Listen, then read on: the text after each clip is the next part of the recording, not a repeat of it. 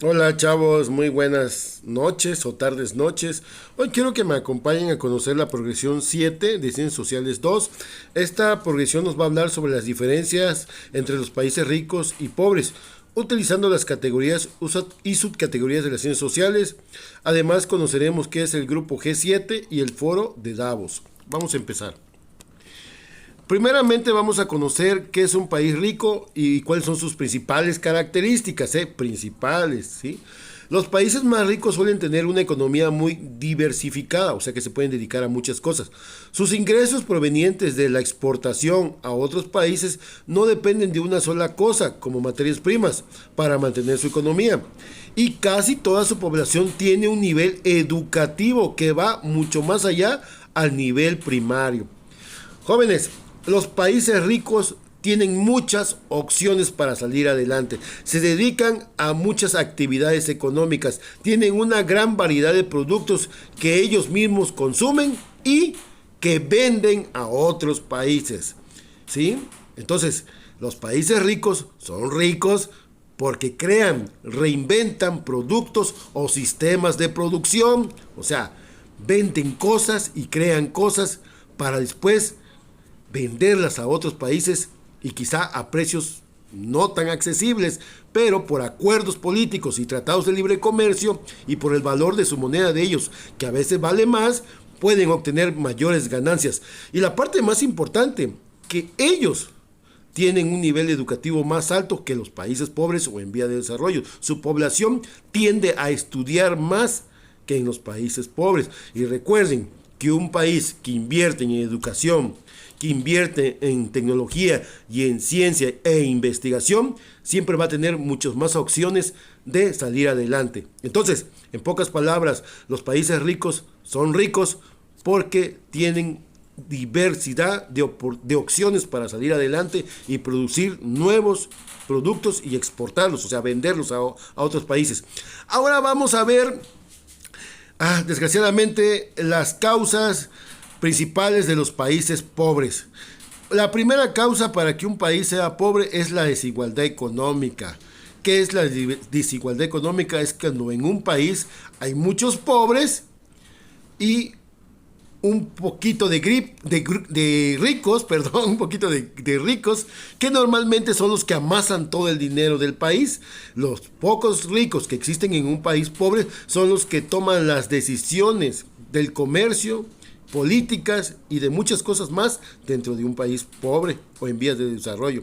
Ahora, otra causa de pobreza en un país es la falta de educación. Lo acabo de repetir, ¿sí? La educación tal vez no va a sacar a todos de la pobreza y no a todos va a ser rico, pero si la mayoría tiende a estudiar, seguramente vamos a tener gente más capacitada, ¿sí? Más capacitada, y al haber gente más capacitada va a haber más opciones de poder salir adelante. La educación siempre va a ser importante porque la gente que está educada invierte su tiempo en actividades productivas. Bueno, otra cosa que causa la pobreza en un país es el desempleo, o sea, que no haya muchas oportunidades de empleo, que no haya empleo. Y el subempleo, ¿qué quiere decir? Que sí, hay trabajo por temporadas y por temporadas no hay. ¿Sí? Como la gente que se dedica a cortar, no sé, alguna verdura, alguna fruta, trabaja un tiempo y de ahí pues se acaba la temporada y ya no trabaja. Y lo malo pues que como no hay empleo, casi, entonces cuando hay empleo te pagan lo que las empresas quieren, y si lo quieres, y si no, pues ni modo, o sea, va a haber otro que lo va a hacer por ti. Ahora, otra de las características de los países pobres es sus problemas de salud. En los países pobres, al no haber mucha economía, la gente no come bien, no tiene tiempo para salir a ejercitarse porque todo el día trabaja, para alimentarse bien, para entretenerse, y siempre vive en conflicto con la presión de qué va a hacer para salir adelante. Entonces eso viene causando problemas de salud, principalmente la alimentación, ¿no? Que al comer comida que no es tan saludable, recaemos en enfermedades como la diabetes, hipertensión, problemas del riñón y todas las que ya conocemos, ¿no? Que han causado la muerte. Sí, conflictos y violencia. Dentro de los países pobres una característica muy particular es la violencia y los conflictos. En los países pobres no sé por qué, pero bueno, sí sé por qué, porque no ha habido atención por parte del gobierno y la violencia crece. Y a veces quiero justificar, ¿no? Una violencia no se justifica, pero a veces la violencia viene también por falta de oportunidades, ¿sí? A la educación o al empleo. Hay gente que se queda sin empleo y por llevar un plato de comida a su casa, pues piensa y actúa, ¿no? Y roba o hace alguna actividad delictiva o incorrecta para llevar comida a su casa, lo cual está mal, pero pues así son los países en vía de desarrollo, así es la pobreza, ¿no? A veces no te queda de otra, aunque está muy mal lo que hacen. Mejor hay que estudiar, ¿no? O salir adelante con algún negocio, oficio. Bueno, y la última, otra de las características de los países pobres es la falta de desarrollo tecnológico. Esto es muy importante. Los de arriba que les dije, los países ricos, son ricos porque invierten en tecnología, en ciencia, en educación e investigación. Y los países pobres no, invierten en otras cosas, menos en tecnología, en ciencia y en investigación. Y por eso vivimos retrasados y vivimos retrasados en comparación con los países ricos. Bueno, vámonos. Ahora, para entender por qué existen países pobres y ricos, existen las ciencias sociales, ¿sí? Las ciencias sociales son las ciencias que nos van a ayudar a entender por qué un país es más rico y otro es más pobre, porque ellas nos van a explicar, las ciencias sociales nos van a ayudar a entender por qué hay sociedades ricas y por qué hay sociedades pobres. Bueno, dentro de las categorías de las ciencias sociales están las ciencias sociales que ayudan a entender esto. Son la antropología, que se encarga del estudio del origen y evolución del hombre; las ciencias jurídicas, que se encargan del estudio de las leyes o creación de las leyes; la ciencia política, ¿sí?, que se encarga de las estrategias políticas que buscan el bienestar de las personas. Ahí puse en colorcito verde dos subcategorías de esta categoría de ciencia política, que son las relaciones internacionales y la teoría política.